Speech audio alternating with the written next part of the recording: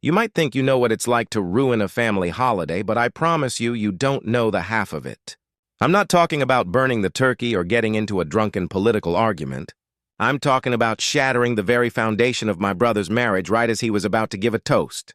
It's been 6 months, and the silence from my parents is still deafening. My sister-in-law, Clara, well, she went from a sweet, supportive friend to a viper who spits venom whenever my name is mentioned. My brother, Mark, he looks at me like I'm a stranger who walked in and burned down his whole life. But let me ask you this right here, at the start. When you hold a secret that you know is actively destroying someone you love, a secret that is a colossal, unforgivable lie, are you wrong for exposing the truth even if it costs you everything? Because that's the choice I made, and I need you to tell me if I became the villain in my own family's story. It all started so innocently, with the kind of sibling bond that makes people jealous. Mark and I, we were inseparable growing up. He was the protective older brother, always bailing me out of trouble, always the responsible one. When he met Clara in college, I genuinely adored her. She was funny, smart, a little bit shy, and she balanced Mark out perfectly. He was rigid. She was spontaneous. They had this beautiful whirlwind romance that led to a picture-perfect wedding 4 years ago. Our whole family welcomed her with open arms. My mother practically treated Clara like the daughter she never had, spending weekends teaching her family recipes and talking about future grandchildren. For me, Clara wasn't just my sister-in-law. She became a confidant, the person I went to when Mark was being a typical stubborn big brother. We went shopping, we had our weekly wine nights, and I honestly felt like I had gained a sister. Everything was perfect, and for years it really was. The cracks started appearing about a year ago, subtle at first, like hairline fractures in the veneer of their perfect life. Mark was throwing himself into his work, trying for a huge promotion that would mean a massive pay increase and a new house, and he was stressed, understandably. He'd be working 60, 70 hours a week, and Clara would be home alone a lot. I tried to be there for her, keeping up our regular routine, but she started to pull away. She'd cancel our wine nights last minute. Her texts became short and sporadic, and when we did talk, she'd seem distracted, almost guarded. I figured it was just the stress of Mark's demanding schedule finally getting to her. Maybe she was lonely. I suggested a weekend trip for the three of us, a chance for them to reconnect, but she flatly refused, citing some vague scheduling conflict she couldn't explain. Then came the first real red flag. I was at the mall doing some last-minute Christmas shopping, and I saw her. She was having lunch at a cafe, but she wasn't alone. Across the table was a man I had never seen before, tall, dark hair, wearing a suit, and they were laughing. Not just a friendly laugh, but the kind of intimate shared giggle you give someone you're deeply comfortable with. He reached across the table and touched her hand, and she didn't pull away. My stomach dropped. I immediately walked over, trying to play it cool. I called her name, and she actually jumped, her face going pale when she saw me. The guy was introduced as David, a new colleague from work. He seemed nice, maybe a little too familiar, but I forced a smile and a polite conversation. She rushed the whole interaction, clearly uncomfortable. Later that night, I asked Mark about David. He'd never heard of him. He said Clara's office was small and she knew everyone, but the name David didn't ring a bell. I didn't push it. I told myself I was overreacting. She had clearly just forgotten to mention a new hire. It had to be that simple, but it wasn't. A few months later, things escalated. My mother was planning a big surprise 40th birthday party for my father. It was a huge undertaking, involving out-of-town relatives, caterers, and a massive spreadsheet.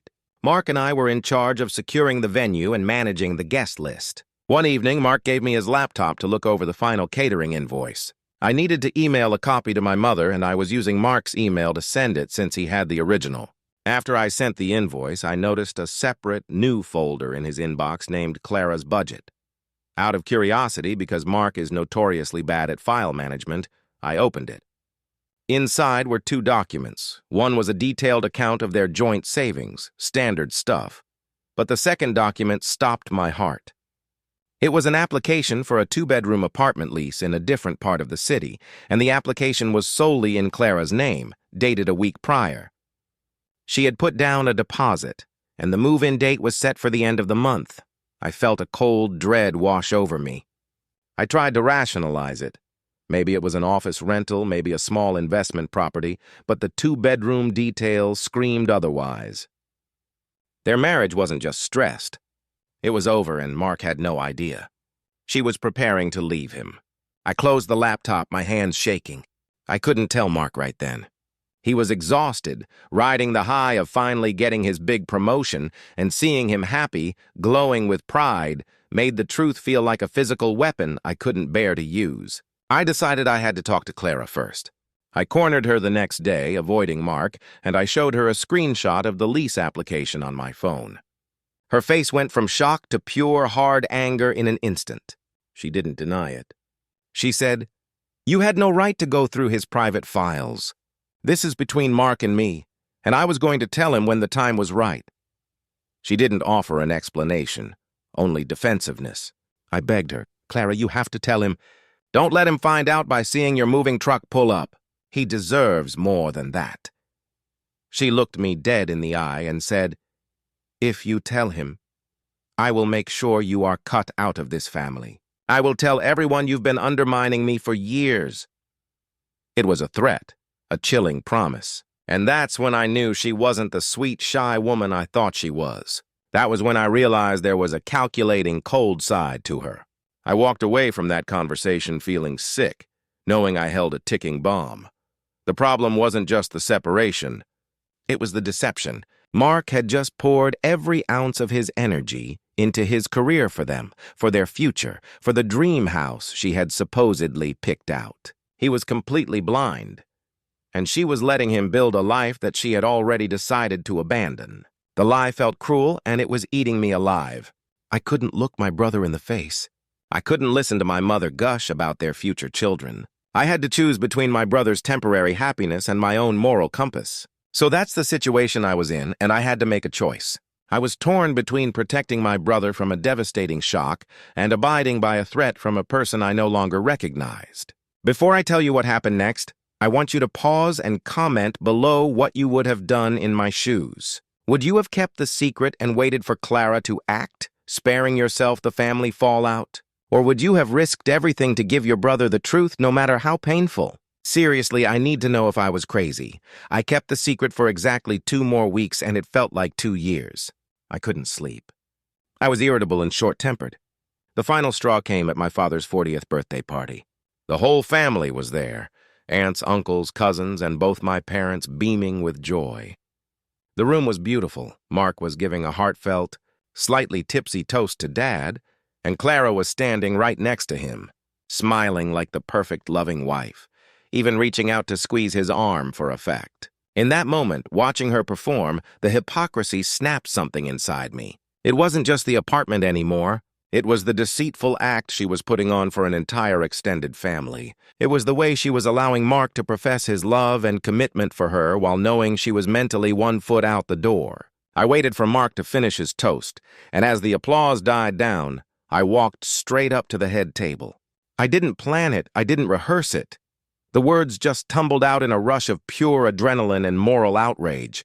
I looked directly at Clara, my voice tight and shaking, and I said, "Clara, I think before Mark makes any more beautiful toasts about your future together, you need to tell him about the 2-bedroom apartment lease you signed a few weeks ago."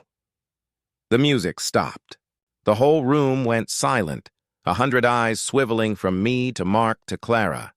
Mark's face was the first to change, his smile freezing, his eyes locking onto mine in complete bewilderment. Clara, however, didn't stammer or look away. Her face was a mask of cold fury, but she was cornered.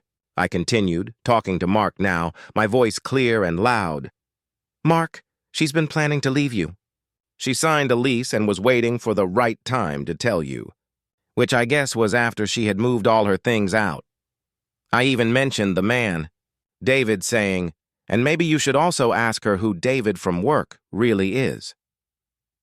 The climax was less a confrontation and more a complete meltdown.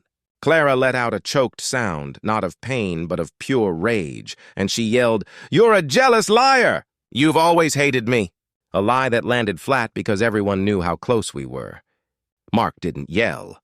He just looked utterly destroyed. He turned to Clara and asked very quietly, "Is it true, Clara? The apartment? She faltered, the perfect smile completely gone, and whispered, "Yes, but Mark, please." He didn't let her finish.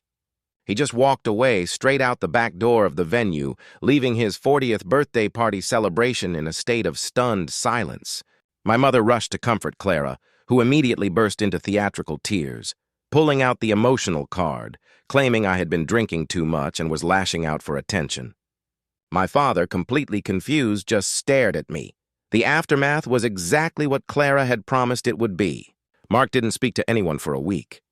When he finally did, it wasn't to thank me. It was to tell me I was an interfering, malicious snake.